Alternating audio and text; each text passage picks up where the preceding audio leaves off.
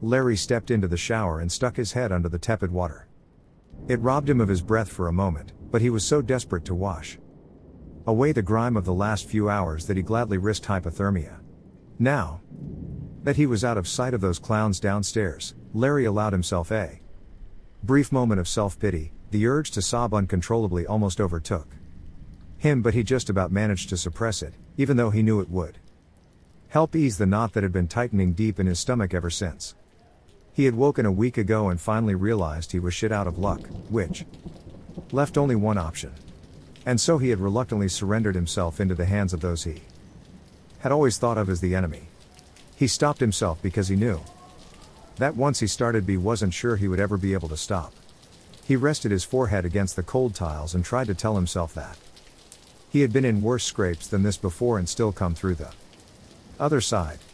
After all, wasn't that what he was famous for?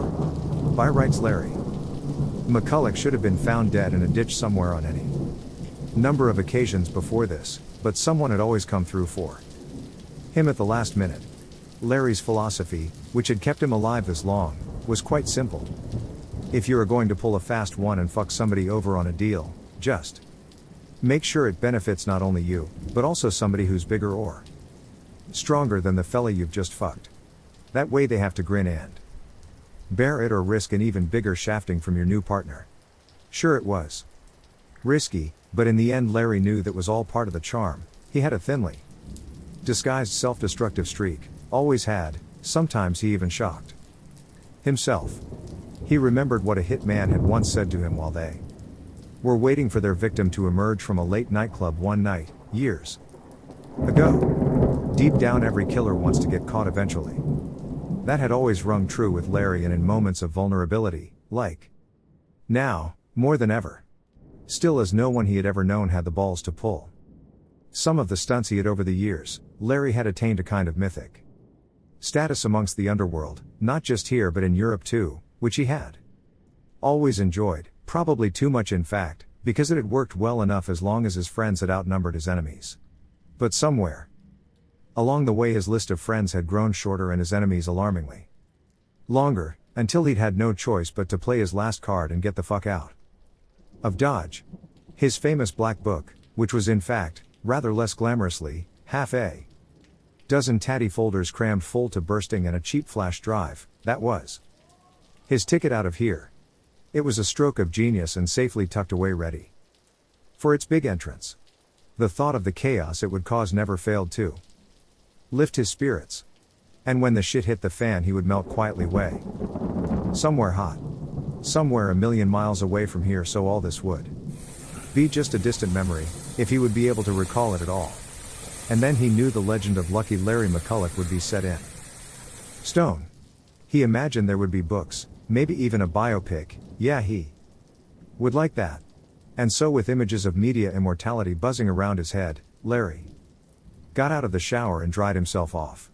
Once he had changed into some clean clothes, Larry felt a million times better, and even felt up to another round of moronic conversation with his so-called protectors, that, coupled with the smell of freshly delivered pizza, tempted Larry downstairs. As he got to the hallway, he could see Peroni through the living room door, mobile in one hand and a slice of pepperoni in the other. She was pacing the floor, speaking Italian again in between nibbling on the pizza. Although he couldn't speak much Italian, he knew whomever was unfortunate enough to find themselves on the other end of the phone was getting a tongue lashing, hopefully about this shithole they were staying in. Hearing voices from the kitchen, Larry wandered through to see Louis sitting at a cheap plastic top table munching on some garlic bread, while Jeff was in a corner studying two monitors which occasionally flicked between different parts of what Larry assumed must be outside the house. At least they had some sort of security system in place. Louis jumped up theatrically from his seat seeing Larry enter. "Don McCulloch, take a seat. What can I get you, sir? We've got pepperoni, ham, and pineapple, and for our veggie friends margarita." Larry ignored him and eyed the pizza boxes on the table. He opened one and took a slice of margarita. "Anything to drink?" he asked, taking a bite.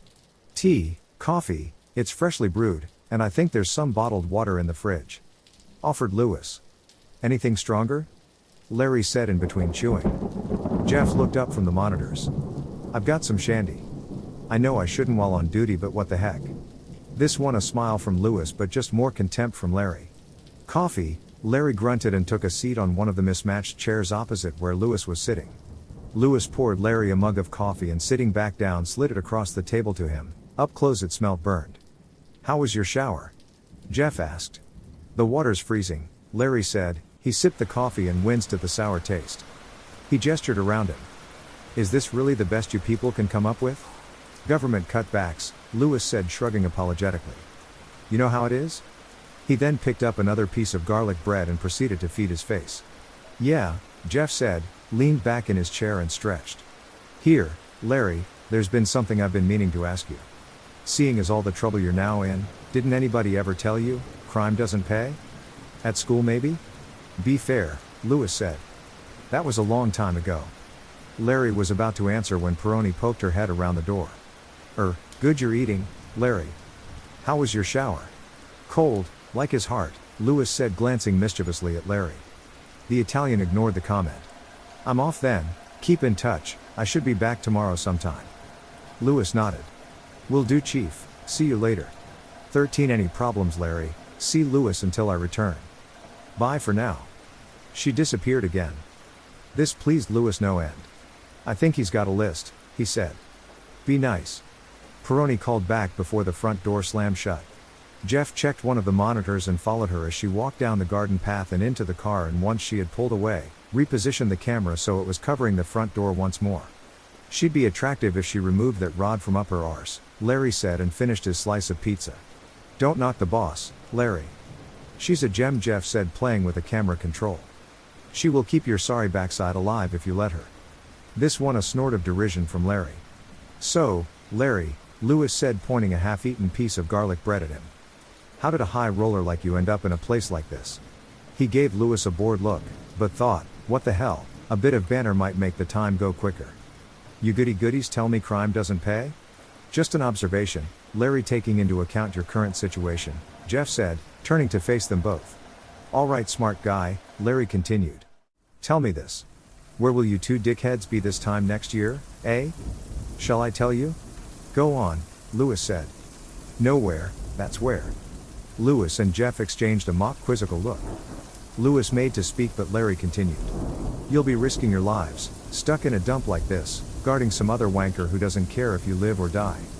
And you know where I'll be? No, Jeff said. But I'm sure you're going to tell us. Pausing for dramatic effect, Larry took another sip of bitter coffee before he spoke. In the sun, mate, in the fucking sun, living it up in Rio for the rest of my pampered life. Now tell me crime doesn't pay. Lewis leaned back in his chair. He raised his eyebrows and gave Larry a look something akin to pity, which riled him instantly. Larry, he finally said. Just because you've agreed to testify against all your so-called gangster mates, doesn't mean you're going to be able to walk away from all you've done. It doesn't work like that anymore, I'm afraid. You're fast out of friends, he gestured to Jeff. We're all you've got left. Now how sad is that? Larry gave Lewis his best smug look. Queen's evidence is a wonderful thing, my friend. Once I give your bosses the shit they want, the ones who I haven't got dirt on, that is. I walk, scot-fucking-free. He's got you there, Lewis. Jeff interjected. Unruffled, Lewis got to his feet and walked over to the sink, where he began washing out his mug. He said. The famous book. You really do live in your own little world, don't you? He's a legend in his own lunchtime. Jeff spun on his chair and glanced at the monitors. Then, happy all was well, he spun back. Yeah, Lewis continued.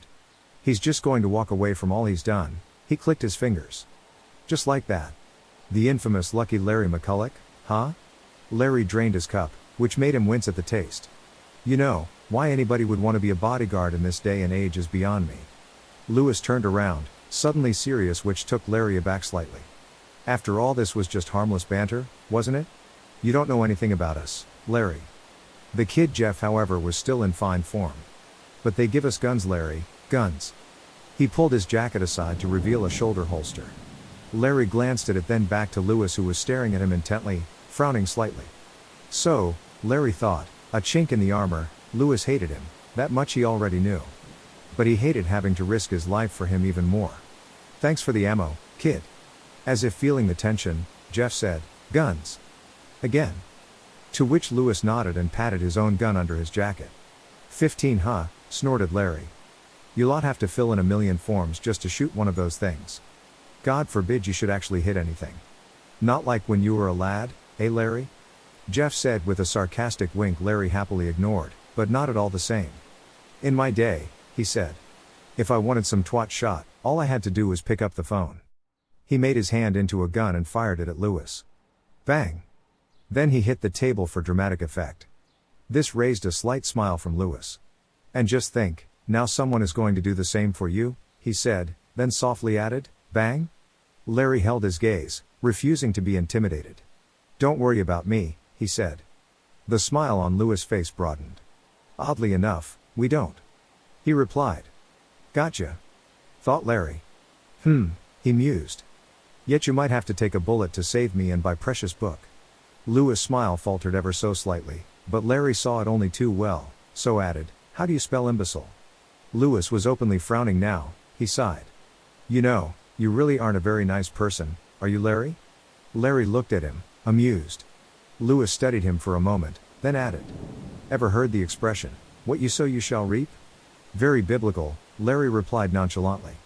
Or live by the sword, die by the sword? Jeff added gleefully. Larry shook his head. The clock on the wall said 22:30 and he decided after the day he'd had and the way things were going down here that it was well past his bedtime. He stood up. You know, if asshole could fly, this place would be an airport. This made Jeff laugh out loud and it even raised a smile from Lewis. Jeff clapped. Good one-liner, Larry, he said. Lewis shrugged. Well, it was more two than one, but good nevertheless. That was it. Larry threw his hands up and left them to it.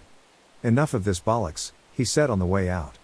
I'm off to bed. He got as far as the bottom of the stairs when Jeff shouted, Larry, you should go into showbiz with a repartee like that. He couldn't help himself and shouted back, a fucking airport. He was about to ascend the stairs but he could still hear the two of them twittering on and stopped on the first step to listen despite himself. It was Jeff. Everyone a classic, everyone a pearl. Yeah, watch out Bob Monkhouse, eh? Lewis replied. Bob Monkhouse is dead, explained Jeff. Don't be daft, no he isn't. Countered Lewis. He is, insisted Jeff. Nar. Well, concluded Jeff. He must be flipping old then. Old yes, dead no. Hearing this Larry trudged up the stairs in despair. He couldn't believe these clowns were his last line of defense. Your life in their hands, he said out loud. All the coppers in the world, he mused ruefully, and I'd get Laurel and fucking Hardy. 3. The young novice priest walked down the old corridor with only the sound of his footsteps bouncing off the stone walls for company. As he approached yet another set of stone steps leading down to the next level, these would be the fourth, that meant once he was at the bottom, he would be 4 floors below ground level. He gave silent thanks that at least they had managed to get electricity down this far. He passed yet another ancient-looking door, but the brass plate on it named it as a storeroom, so he walked on and down the steep stone steps to the next level. One of the bare light bulbs hanging from the ceiling, which lit 17 the way, had failed, so the novice was met by a large pool of darkness once he reached the bottom. Now he knew why none of the other novices had volunteered to take the dusty old suitcase he was carrying down to the Vatican's Historical Research Department. But despite the rumors that all the old priests that worked down here had gone mad through lack of sunlight, he had jumped at the chance to see the place for himself. Time seemed to have stopped still once he got below ground, and despite the fact that apparently dozens of priests and nuns worked down here, he had yet to see another living soul. The novice put his head down and walked purposely through the darkness and didn't look up until he was back in the light at the other end. God, how he was regretting his curiosity, which was now fading with each step he took. Another door up ahead caught his eye and he offered up a silent prayer that he had at last gone as far as he needed. The nameplate on the door read, Research and Archive Department, which prompted an audible sigh of relief. The novice knocked hard on the heavy oak door, but it seemed to make no noise at all. He waited a moment but couldn't hear anything from inside, so he moved to knock again. As he raised his fist, the massive door swung open to reveal a young nun, with a lollipop stick hanging out of the corner of her mouth. She chewed it for a moment and looked the young novice up and down, her eyes settling on his fist, which was still in the air ready to knock. She raised her eyebrows at this, and the novice quickly dropped his hand by his side and grinned nervously. He opened his mouth to speak, but the nun turned and walked away before he could get a word out, leaving the door ajar. I told you we need an intercom, she bellowed. Father Nichols, this one's for you. The novice gingerly stepped inside to what he assumed would be an office, but to his amazement walked into what looked like a massive library. Rows upon rows of metal shelves crammed full to bursting with boxes, books and files stretched high towards the curved stone ceiling some 30 feet above his head. To his right, the nun who had answered the door flopped down behind a large desk, which was buried under piles of papers and files. The novice took a step towards her. "Excuse me, sister." She held up her hand to silence him, not bothering to look up from her work. "I'm not getting up again, my knees will be shot by the time I'm 30, she said. He was wondering what to do next when a whistle rang out from the far end of the room and he turned to see an old priest, some 40 feet away, leaning out from behind a filing cabinet waving to him. The novice returned his gesture and gratefully made his way across the room towards him. He glanced around as he passed several other priests and nuns sitting behind desks at intervals between the shelves working away, some at computers, which looked anachronistic in the extreme compared to their surroundings. Another ancient-looking priest was chambering precariously up a ladder with an armful of books, which he deposited on a high-up shelf and then, much to the novice's amusement, slid back down the ladder without using the rungs, stopping a foot from the bottom and jumping the rest of the way with ease. "Hello, my boy," said the waving priest as he finally reached him. "Found the place all right then?" He gave the novice a warm smile and slapped him on the arm. "Hello, Father, yes, thank you, quite a trip," he said. The priest nodded.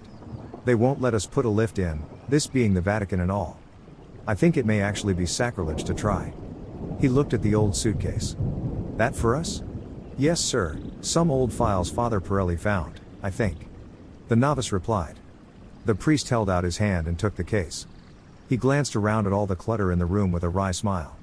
"Just what we need. And, Father Nichols, I have a message for you from Cardinal Lupi." The novice pulled out a crumpled envelope from his cassock pocket and was about to give it to the old priest when he held up his free hand and shook his head. "It's not for me, I'm Father Mendez." Mendez gestured to a small office with a glass front tucked away in the corner, and to a priest who 19 looked in his early 60s with graying black hair who was sitting at a desk hunched over some papers. "That's Father Nichols, you'd better give it to him personally, just in case there's a reply." "Yes, Father, thank you." The novice replied and Mendez watched him as he approached the door, knocked and was waved inside by Nichols. Nichols looked up sternly as the novice entered, but his face softened seeing how young and nervous he was. "Father Nichols?" The novice said weakly. I've got a message from Cardinal Lupi." Nichols made a face and picked up the telephone. "What are the phone lines down again? Or is it top secret?" He said it in perfect Italian, but the novice picked up the hint of a long-buried English accent. The novice looked flustered. I don't know, Father," he stuttered. "I mean, yes, the phones are down, but I don't know about the message." The priest held the receiver to his ear and nodded. Phone was indeed dead, so he replaced the handset. "Don't worry." He looked at the novice who frowned and just looked at him blankly. Then, "Well, the message? Oh, sorry, yes." He rummaged in his cassock pocket again and pulled out the envelope. "Sorry, Father." Nichols took the note and began to read. As Nichols was reading, the novice idly scanned the contents of his cluttered desk. Among the various books and paperwork, his attention was drawn to an official-looking police document that was sticking out of a pile of folders, tantalizingly half uncovered and begging to be read. His eyes flitted back to Nichols, who was now frowning as he read, and then back to the paper. He had to resist the urge to tug on the paper out a little further to get a better view, but instead craned his head so he could read the available text sideways on. It was a French police report, and although the novice's French was only passable, he was able to make out the gist. It was a crime scene report from somewhere near Paris. 2 bodies found in a hotel, mutilated almost beyond recognition. The novice could see the corner of a photocopied crime scene photograph attached to the report. He could make out a foot and part of a leg lying in a pool of dark liquid. That could only be one thing. The fuzzy image made him shiver, and although he had a morbid curiosity to see more, thanks to the words "mutilated beyond recognition," he was glad he couldn't. But instead read on as best his French would allow. Nichols cursed under his breath and exhaled. "Old fool," he said in English, as he always did when he was alone. He pursing his lips irritably then remembered where he was and looked up at the novice, just in time to see the remainder of the color in the young man's face drain away. "You all right, boy?"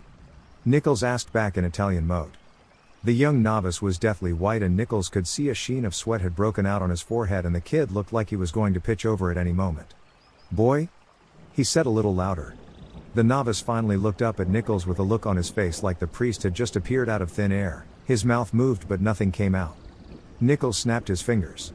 "Still with us?" The novice nodded slightly but was still dumb.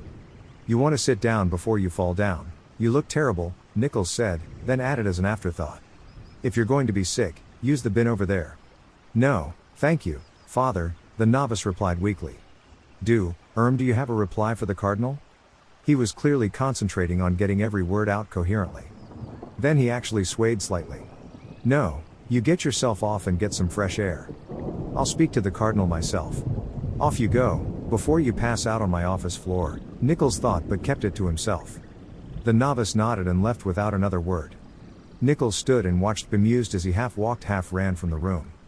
Jose? He shouted and Father Mendez appeared in the doorway holding a file. You bellowed? The older priest said and gestured to Nichols with the file. You know, there might actually be some useful stuff in here. I swear I don't know where Pirelli finds this stuff. He's a hoarder, Nichols said, still looking after the novice who had now disappeared. He screwed up the cardinal's note and threw it in the general direction of the bin. 21 good news then, Peter? Nichols gritted his teeth. The old fool, he won't let me take it until the paperwork's cleared. Paperwork? Can you believe it? It is priceless, Peter, Mendez said calmly. It's not like I'm going to leave it on the bus or something. Nichols slumped back down into his chair, telling himself to calm down. I need it, Jose. If the reports are true, I won't be able to do a damn thing without it. Mendez sat on the edge of the desk. I agree, but why not wait until they let you take it? Shouldn't be more than a couple of days, a week at the most. His Holiness is in South Africa at the moment, but he's back on Wednesday, I think. Nichols shook his head. I can't, they're over there on their own as it is. I'm still flying out on the 3rd, regardless. I have to. I'll go see the cardinal myself. I'll steal the damn thing if I have to. Both men stood in silence for a moment, then Mendez smiled. I bet you would too. No one believes, Jose, Nichols said flatly. No one believes anymore. But I've seen what they can do, seen it with my own eyes. Nichols let his voice drift off as he remembered that night so many years ago that had changed everything. Thanks to a tramp seeking sanctuary and the woman with the impossibly blue eyes. As it always did when he let himself remember, the memory of her warmed and terrified him at the same time. The novice sprinted up the final set of stone steps and out into the sunlight. The sudden rush of fresh air made his stomach flip and he thought for a moment he was going to throw up. He leant against a stone pillar gasping and held his face up to the sun, oblivious to the strange looks he was getting from those around him. He thought someone spoke, asking if he was all right, but the voice seemed a million miles away. His legs finally gave way and he slid down the pillar. There were definitely figures around him now, silhouetted against the blue sky. Someone was shouting for a glass of water, another to give him some room. The sun was blinding him now, so the novice screwed his eyes tight shut. Now he knew why no one wanted to go down there. And as the conclusion to the crime scene report flashed into his mind's eye again with sickening clarity, he swore that he would never go down there again, not even if the Pope himself asked him. The attack, the report had concluded, had been carried out by one, perhaps two large wild dogs. Simple enough were it not for the fact that someone had crossed out one, perhaps two wild dogs and added next to it their own conclusion as to the attacker's identity. One word in red ink, demon? For when Larry McCulloch had been at the top of his game, which seemed a lifetime ago lately, he had spent a blissful 6 months staying at the Hilton Hotel in London, all expenses paid courtesy of a real-life Arab oil sheik he was working for, selling fake Saudi land rights to British and American oil companies. It had been a good gig while it lasted, but like so many of his ventures had ended in a mini bloodbath at a London nightclub one late November evening. Larry had, of course, got away scot-free without a scratch and 20 grand in used 10s and 20s. The sheik hadn't fared so well, being tortured to death and all. The truth of it was he was a real Saudi sheik, of sorts, but didn't own a grain of sand over there, let alone the acres and acres he and Larry had sold. So it had all come to a bloody end, but hey, at least the food at the Hilton had been good. Larry had put on half a stone while he had been there. So where did it all go wrong this time? Larry mused as he prodded a fork at what Lewis had laughingly referred to as a full English breakfast, which was laid out in state on the plate in front of him. Lewis was sitting opposite him reading the paper. He peeped over it. Larry, you've hardly touched that, what a waste. Starving children in Africa, etc., etc. Don't tell me you're a vegetarian? 23-0, that's what this is? Larry said, still prodding. So, this black charred stuff must be. No, don't tell me. Toast? And the rubbery yellow and white thing? Come on, help me out here, Lewis sighed and put his paper aside. Play nice, he said and took the plate from in front of Larry and dumped its contents straight into the bin, after rescuing a piece of toast for himself. Larry picked up his mug and looked into it. And your coffee, which I assume this lukewarm black liquid is, tastes like shit. That'll be the arsenic, Lewis said, taking a bite of toast. Should kick in a few minutes by the way. I'll look out for it, Larry said, draining his mug. He hadn't seen Peroni or the kid Jeff all morning and wasn't relishing the thought of another fun-filled day cooped up in the house from hell, especially with only Lewis for company. And he was getting increasingly frustrated at the lack of movement on the deal. He had been here 2 days already and there was no sign of the so-called man from the ministry they were all waiting on. He was having serious doubts about the whole thing, which wasn't helped by the fact that he had been unable to contact his no-good solicitor Tommy Whitaker, since Larry had been moved from Scotland Yard. He made a mental note to try the slippery bastard again later. Whitaker was another one who would pay for all this shit he was having to put up with, disappearing of the face of the earth whilst he was stuck here. Larry looked across at Lewis, who had started doing the dishes. Christ, he thought, the guy was supposed to be a government bodyguard and all he ever seemed to do all day was the housework. That and taking great pleasure in winding him up. More than anything though, Larry hated the lack of control. He could deal with most situations if he was pulling the strings. But here he felt like the puppet, and it scared him. Still, he mused, what with the stress and Lewis cooking he would at least lose a few pounds. But still, he missed the Hilton. Here, Lewis. So just how long am I going to be subjected to your dubious company for anyway? Where the hell's your boss? Larry asked.